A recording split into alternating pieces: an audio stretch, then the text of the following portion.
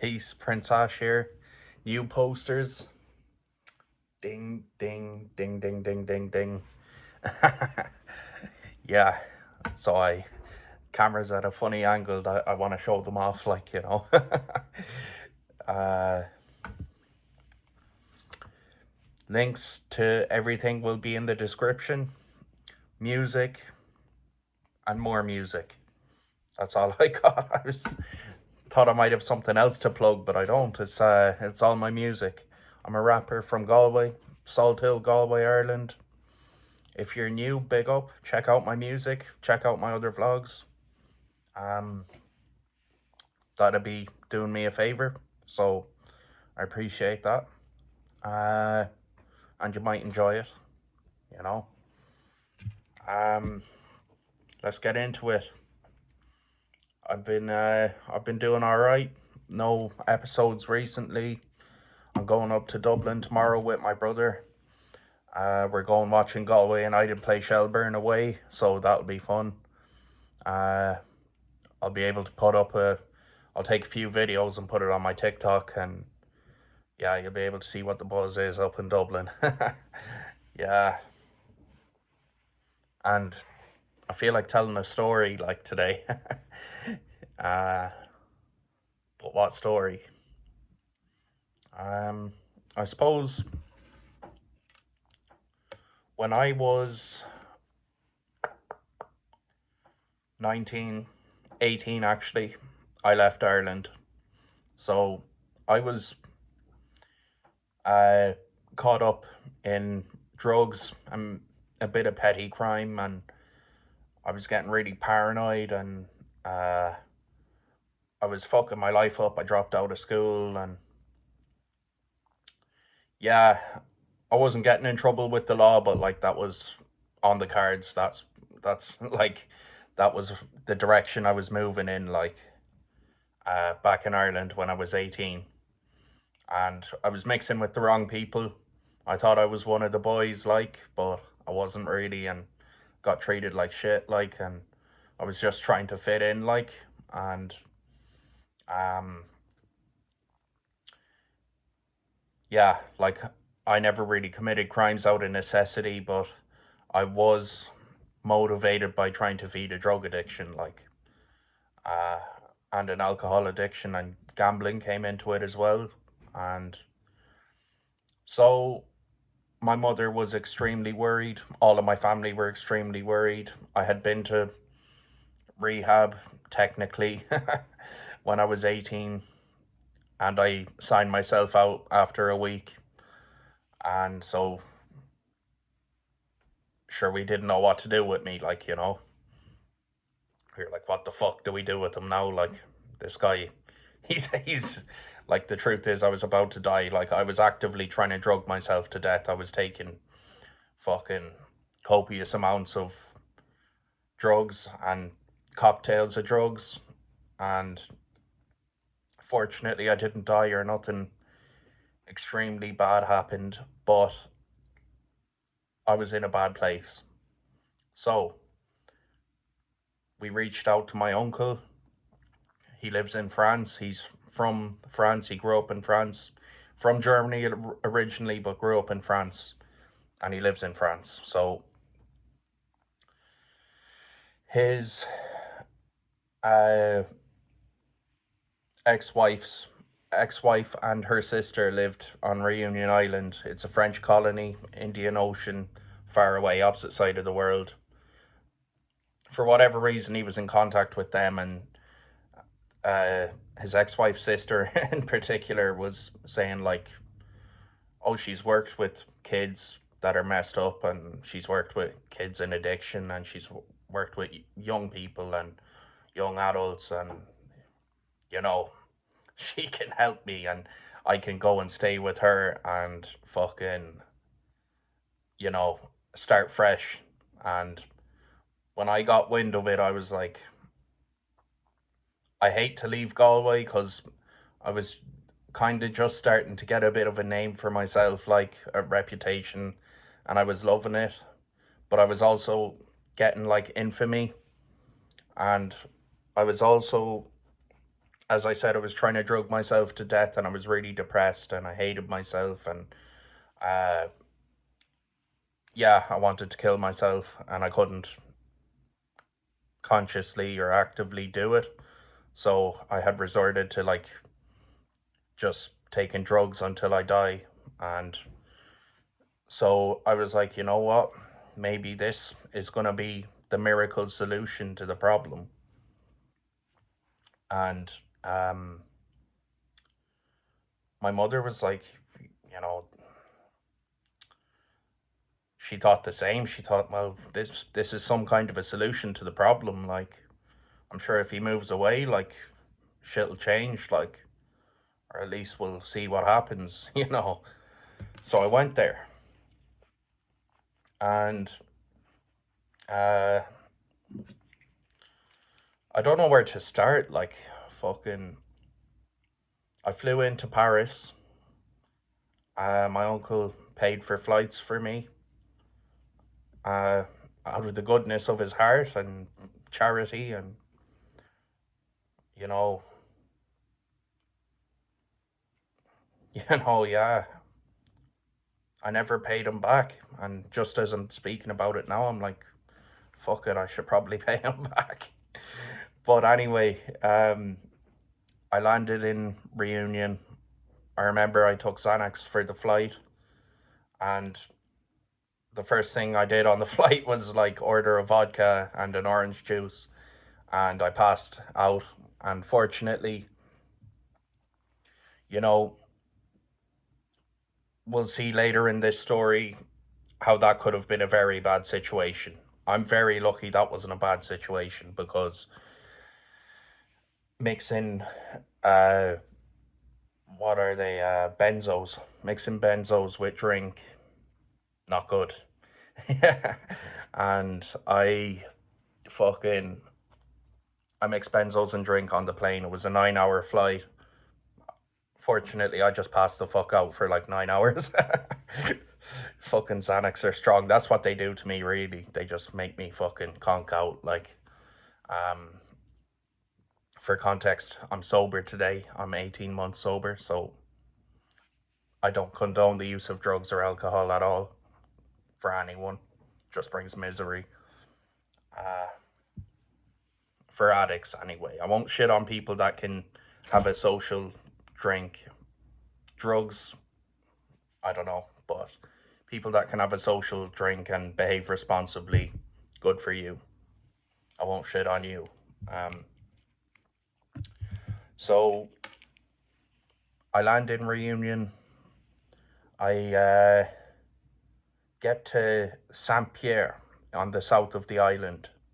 It's a small city, the same size as Galway. 80,000 people live there. There's like projects and flats and bandos, and it looks kind of ghetto, like, And what I was seeing on the streets was pretty ghetto, like people going around doing wheelies on motorbikes and hip hop music playing, and people walking around smoking joints and stuff. And that was one side of it that I saw, like, that kind of appealed to me. I was like, fucking hell, this place is cool, man. I might actually have fun here. uh, but yeah, so I went to go live in Petite-Île, which is a bit north of Saint Pierre. Got a lift from my uncle's ex-wife's sister, and she brought me to her house, and I was motivated. I was like, you know what? I want to have a go at starting a new life here, or starting a new leaf at least to my life, because my life has just been me messing things up for myself and getting myself in trouble, uh, and not feeling very good about myself. So I was like, you know what? I'm knocking the drugs on the head. I'm knocking the drink on the head. That's it. And I'm going to use this lady's help. And we went to a doctor, and a doctor prescribed me a benzo detox. So I was to take like 3 Valium, 3 D10s a day, and abstain from drink and drugs and gambling, and try and get on with that for about 2 or 3 weeks. That was the plan. 2 or 3 weeks benzo detox. And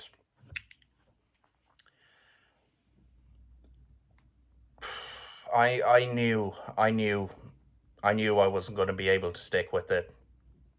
I knew it was all going to go to shit, but I think I just lied to myself and I said I'm going to try, but I wasn't ready. Nowhere near ready. Deep down in my heart. I was 18, I was a kid.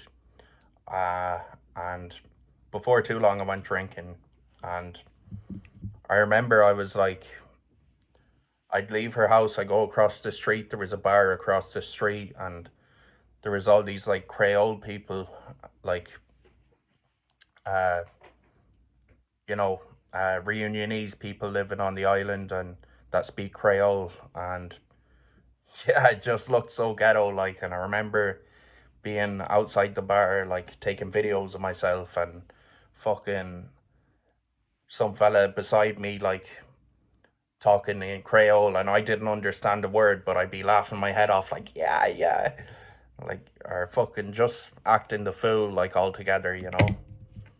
And uh, yeah, I was just a lost youth. That's what I was like. And uh, I remember waking up one morning, and this was like a week into my stay there, and uh, we'll call her my auntie. My auntie came in and was like, John, you're in shit. Tu es dans la merde. You're in the shit.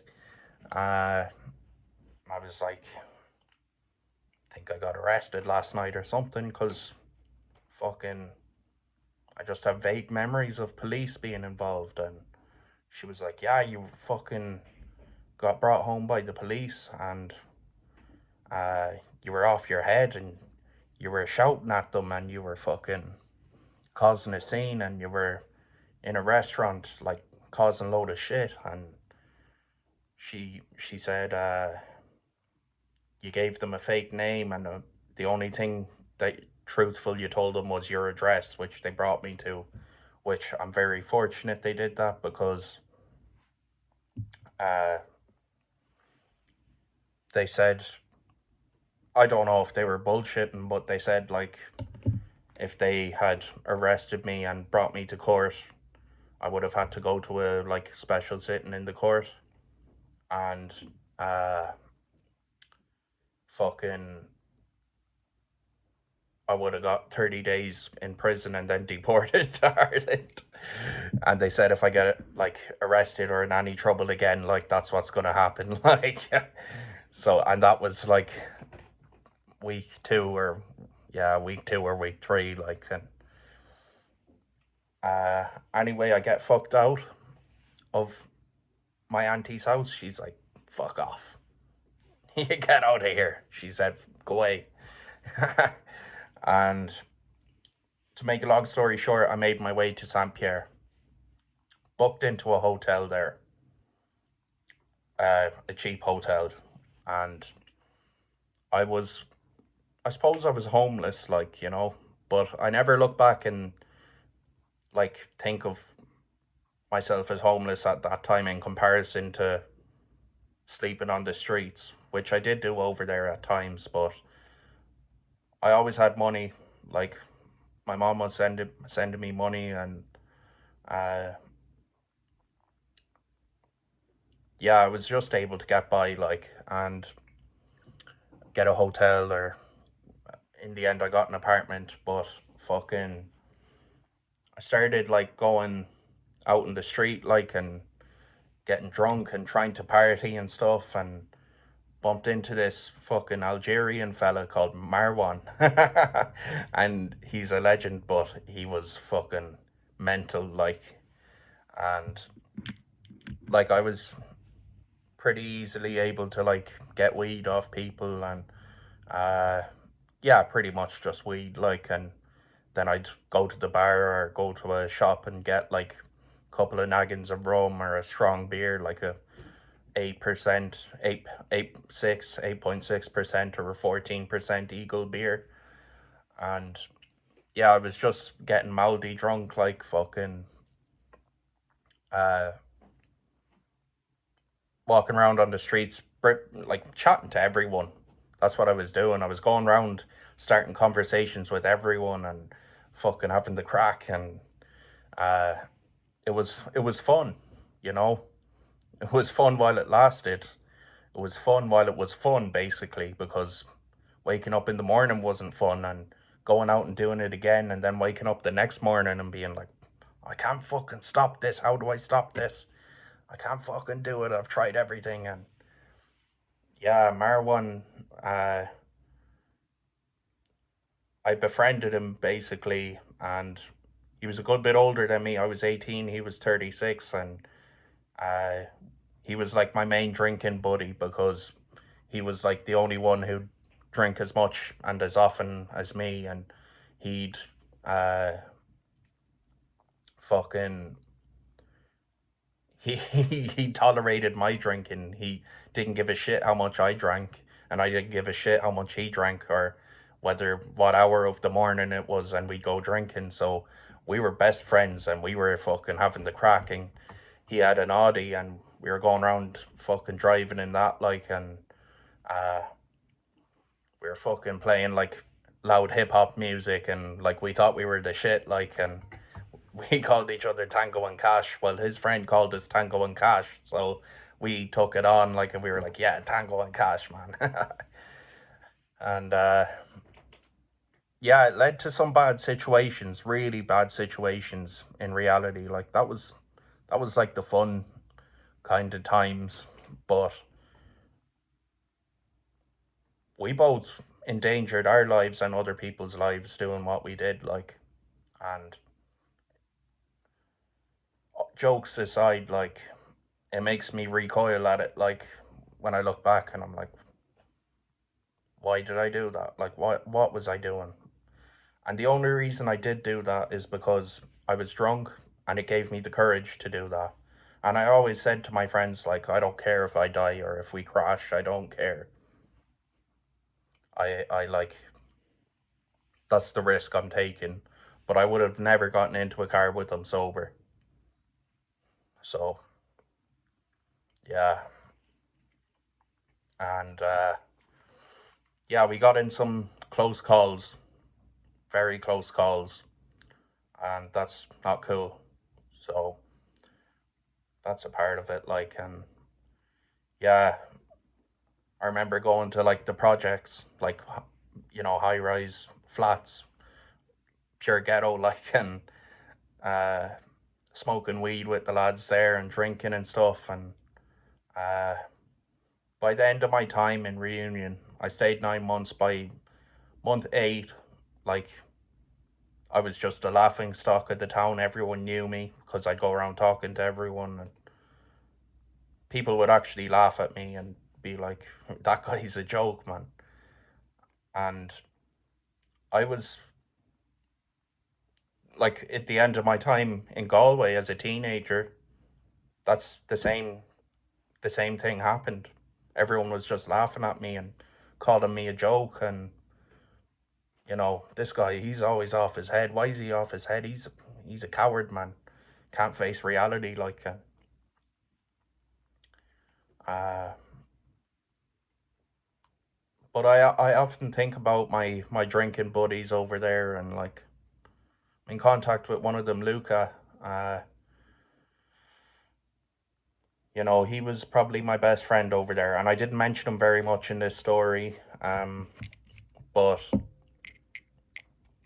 he had his own shit going on. We were the same age, and we smoked a lot of weed together, and we had dreams together of, you know, a better life, and becoming famous rappers and taking over the world, and uh, ghetto ass shit. Yeah. Um,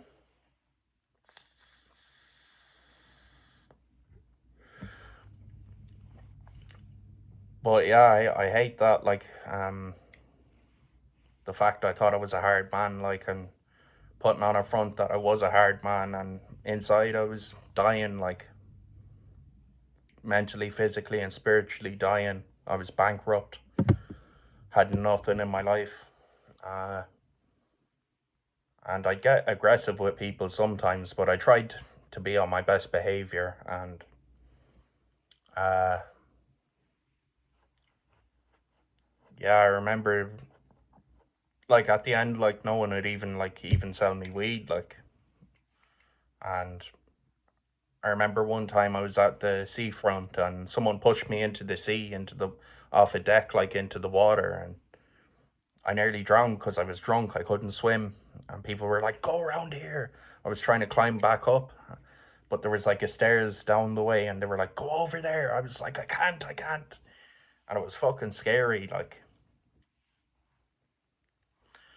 But I did make my way to those stairs, and I climbed up, and I just fucking sat there and I cried. I was like, it's like, this is the worst fucking day ever. Nearly fucking died there, and people are just laughing at me, and there was women there too laughing at me, and I was like, ah. And I was wearing flip-flops and they got lost in the water. I walked home barefoot. That's like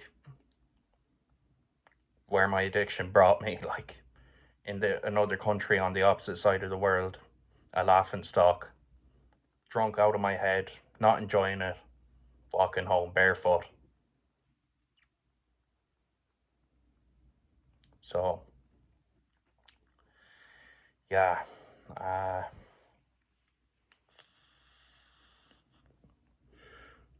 that's just a random bit of rambling on. Uh,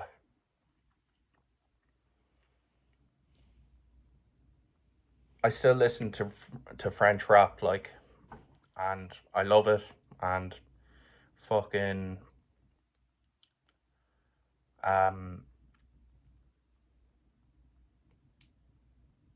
yeah, I still have a connection to that time in my life, like, because there was the fun times and the music was amazing, and uh, that period of my life formed a part of who I am today. Like, uh, I think it did make me a bit more resilient and tough, and it did. Where the fuck is that? Yeah, there we go. Sorry. It did make me resilient and tougher, and it definitely made me want recovery because my life had exponentially gone to shit in two different countries before I was 19 years old. You know, my addiction got me young, like, and one of the cool parts is like I rapped for people a lot, like, and I was actually good. Yeah, no, like being real, like I was actually good at it. You know, I wasn't a laughing stock when I was rapping. Like, I got respect off people, and people were like, "Fucking hell, he's good." And uh, I'm making music these days, and back in Galway, I knew I rapped good, but no one would respect me anyway, and they'd fucking tell me I'm shit. So I feel like if I didn't go to Reunion, I wouldn't have music today, and music is so integral to who I am today and how I feel today and where I'm at, and it gives me an outlet to express myself and to feel proud of myself and to feel like I've achieved something. And uh, being a rapper is part of who I am. Like, I write raps nearly every day, like 4 or 5 days a week, and I get so much from it. That brings me to the music. I reached out to an old producer whose studio was in Galway. He said he doesn't have a studio anymore, so I can't record with him. I reached out to Windmill Studios up in Dublin. They want like €350 for a day, 350, and I'm like, no, I'm not paying that. And I still haven't had the courage to ask my brother. Not really the courage, but I know he doesn't want to, record my music, and it probably doesn't make him feel good to hear my bars. He doesn't fuck with it, like, so I don't want to ask him because I feel like it would interfere with our relationship, which is really good right now. And I'm going to Dublin with him tomorrow. Uh, so I will fucking get there. There will be music out soon because I've downloaded Veloco and I paid for a membership with Veloco, which is a music recording app for phone. And I'm able to stack layers on it and I'm able to use whatever beats I want. So it's really fun. I've made like 20 songs, and of that, I'll record most of them and release them soon. And there won't be like a big backlog of unmixed music like there was before, which means there will be like a lot of music coming out in the near future once I get that shit properly recorded and mixed. And big up Modi Sleep, he's gonna mix that shit. Big up Azio Cal Style over in Brummy. Um, man, uh, he's just out of prison in Brummy, man, and we're going making a few tracks together. Like once I get this shit mixed, so hold tight for that. And we've worked before. We have the songs "Destitute," "Dream Sand," "Demons," "In the County Hell," uh, "Sipping Kool-Aid" with Jim Jones and Azio. So, and he's an excellent rapper, and so is Modi Sleep. So there's some good shit to come. It's exciting times. Uh, Ireland are playing soon in March. Can't wait for that. World Cup this summer. 2 years of sobriety this summer. New friends. Life's good. There's so much to fucking enjoy in sobriety. So I can't wait for the future. Peace. Check out my shit. It's in the description.